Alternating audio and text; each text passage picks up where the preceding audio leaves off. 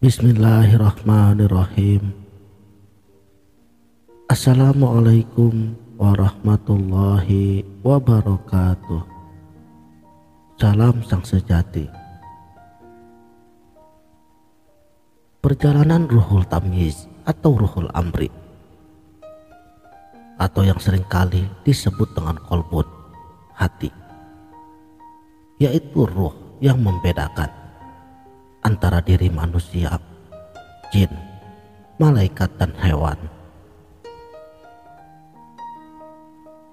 Dikaji dalam kitab-kitab Islam, didapati ada berbagai macam nama atau istilah daripada ruh ini yang diberi oleh para ulama. Bahkan dalam Al-Quran sendiri, kalau kita lihat ada bermacam-macam nama. Ada kalanya ia dipanggil dengan kolbun, hati, fu'adun, hati sanubari, latifatul robbaniyah atau ruhul amri. Tetapi tetap yang terkenal adalah ruh saja. Ruh yang sedang saya maksudkan seperti kalau dia sedang berperasaan seperti sedih, gembira, senang, terhibur, marah, atau sebagainya, maka ia dipanggil dengan ruh, hati, atau nyawa. Tetapi pada waktu ia berkehendak, berkemauan, atau merangsang, baik sesuatu yang berkehendak itu positif maupun negatif, baik atau buruk, yang dibenarkan ataupun yang tidak dibenarkan, halal atau yang haram. Di sini ia tidak lagi dipanggil dengan ruh, hati, ataupun nyawa, tetapi ia akan dipanggil dengan sebutan nafsu. Tapi pada saat ia berpikir, mengkaji, menilai, memerhati, dan menyelidik, maka ia akan dipanggil dengan sebutan akal. Jadi pada intinya dari semua hal tersebut, nafsu, ruh atau akal, hakikatnya adalah satu. Agar mudah untuk dipahami, seperti seorang manusia, bila dia berbohong, maka ia dinamakan sebagai pembohong. Bila dia menipu, maka ia dinamakan sebagai penipu. Tetapi bila dia mencuri, ia pun akan dinamakan sebagai pencuri. Bila dia seorang pemimpin, maka dia akan dipanggil pemimpin. Yang dinamakan pembohong, penipu, pencuri, dan juga pemimpin, hakikatnya adalah orang yang sama, hanya sebutannya saja yang berbeda. Fisik yang sama dapat timbul istilah yang berlainan. Ini karena peranannya tidak sama. Apakah bila namanya berlainan, orangnya berlainan pula? Tentu saja tidak. Pasti orang yang sama, bukan? Ada 9 jenis ruh yang diajarkan para guru sufi. Pertama, ruh idofi. Ia adalah ruh yang sangat utama bagi manusia. Ruh idofi juga disebut dengan jauhar awal yang suci. Karena ruh inilah diri manusia dapat hidup. Bila ruh tersebut keluar daripada jasad manusia, maka ia akan mati. Ruh ini juga sering disebut dengan nyawa. Ruh idofi merupakan ruh sumber daripada ruh-ruh yang lain.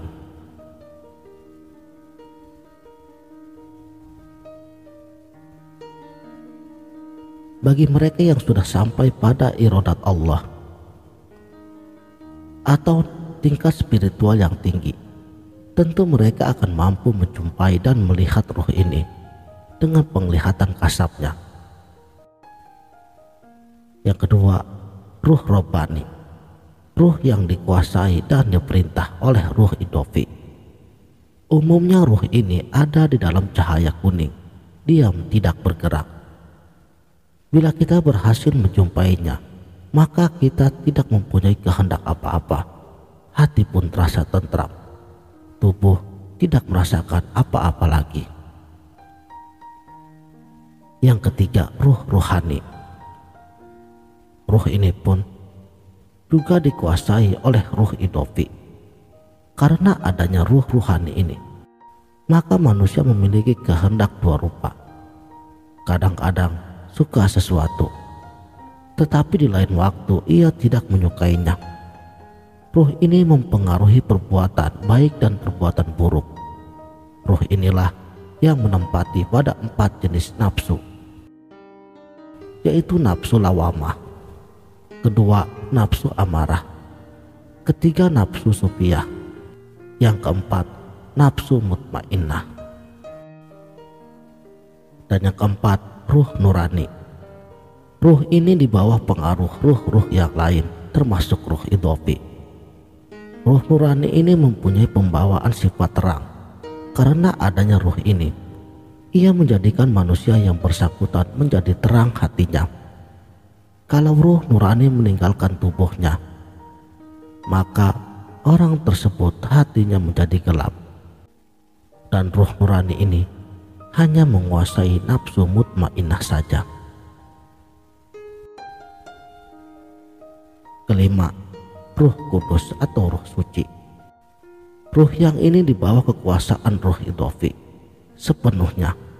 Ruh ini mempengaruhi orang yang bersangkutan mau memberi pertolongan kepada sesama manusia, mempengaruhi rasa ingin berbuat kebajikan, dan mempengaruhi rasa enak bila berbuat ibadah sesuai dengan kepercayaan agama yang sedang dianutnya.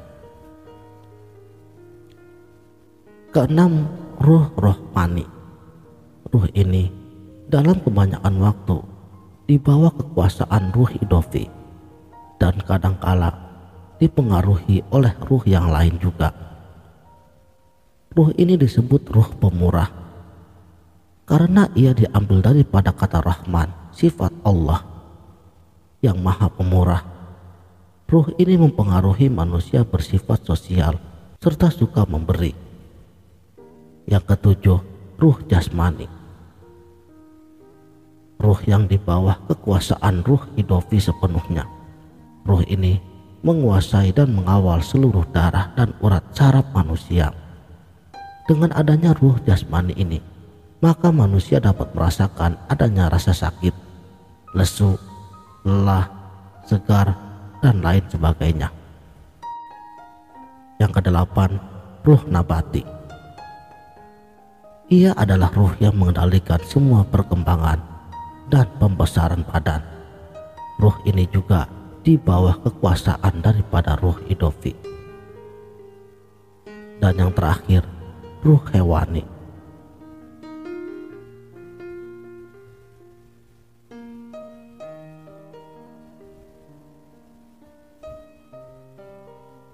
Dan yang terakhir adalah ruh rewani. Ia adalah ruh yang menjaga sifat hidup raga dan jasad kita. Bila ruh rewani keluar dari tubuh, maka orang yang bersangkutan akan tidur. Bila masuk ke dalam tubuh orang yang terjaga, maka orang yang tertidur bermimpi dengan arwah seseorang. Ruh rewani dari orang bermimpi itulah yang menjumpainya. Jadi mimpi itu hasil kerja ruh rewani yang juga mengendalikan otak manusia. Dan ruh rewani ini juga masih di bawah kekuasaan daripada ruh idofi. Jadi kepergian ruh rewani dan kehadirannya kembali adalah diatur oleh ruh idofi. Demikian juga dengan ruh-ruh yang lain di dalam tubuh kita. Sangat dekat hubungannya dengan ruh idofi. Sekianlah. Mudah-mudahan video ini bermanfaat. Wabillahi taufik wal hidayah. Wassalamualaikum warahmatullahi